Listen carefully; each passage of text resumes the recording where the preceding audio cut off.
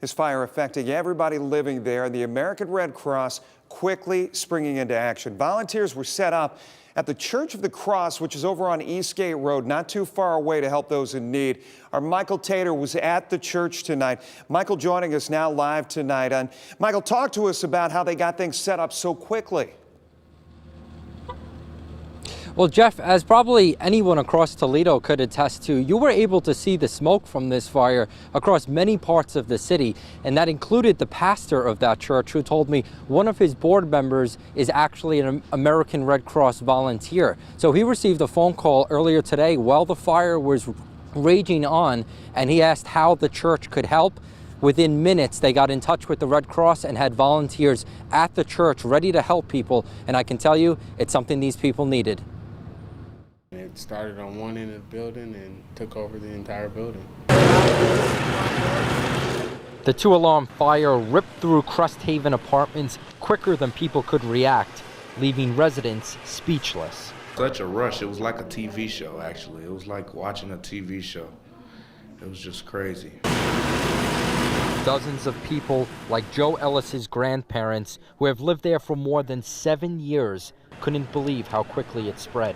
Flames, everything damaged. The whole, once it entered the ventilation system, as the fire department said, the roofing system, it pretty much damaged everything. No wall structure, anything left. It sucks for everybody. It's a struggle. Everybody we work hard as Americans, so to lose everything in one, so it's tough. A Red Cross volunteer happened to be a member of Church of the Cross on Eastgate and helped set up a shelter to help those affected, offering some kits along with caseworkers to find out what they need.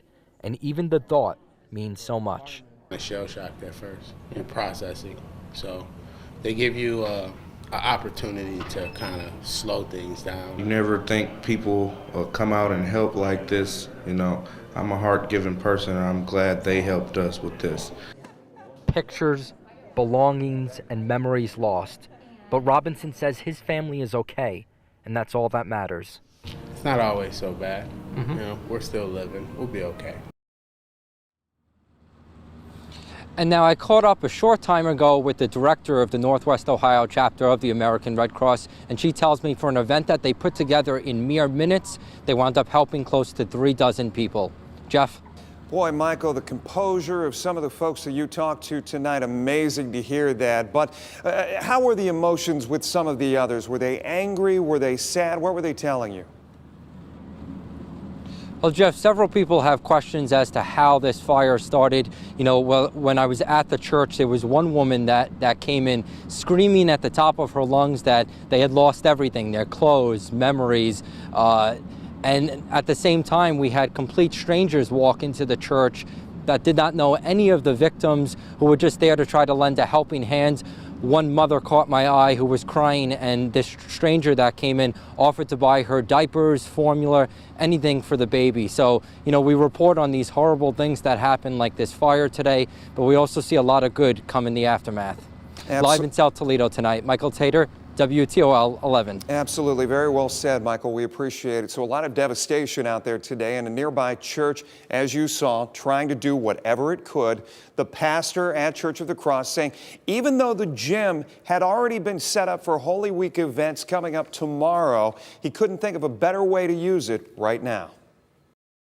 Just looking at some of the residents, some of those displaced, just shock and not knowing what to do. I can't imagine being in their footsteps. So I think it's just great to be able to help them.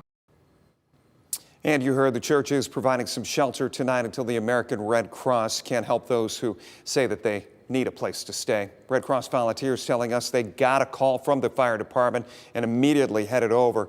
Officials say they got a list of everybody who lived there, and they are working to make sure that those who need something get it. You see the devastation in these residents' faces. You know, everything that they've worked for, you know, everything that they own is now up in flames. That's difficult. You know, you see somebody on their worst day, and we're proud of the fact that we can be a part of the solution and start that healing process. And once again, they say they are working on finding temporary shelter for everyone affected. This is a story that will continue to develop throughout the night and also throughout the rest of this week. Stay with us on air and online and on our WTOL 11 News app for the very latest on the investigation.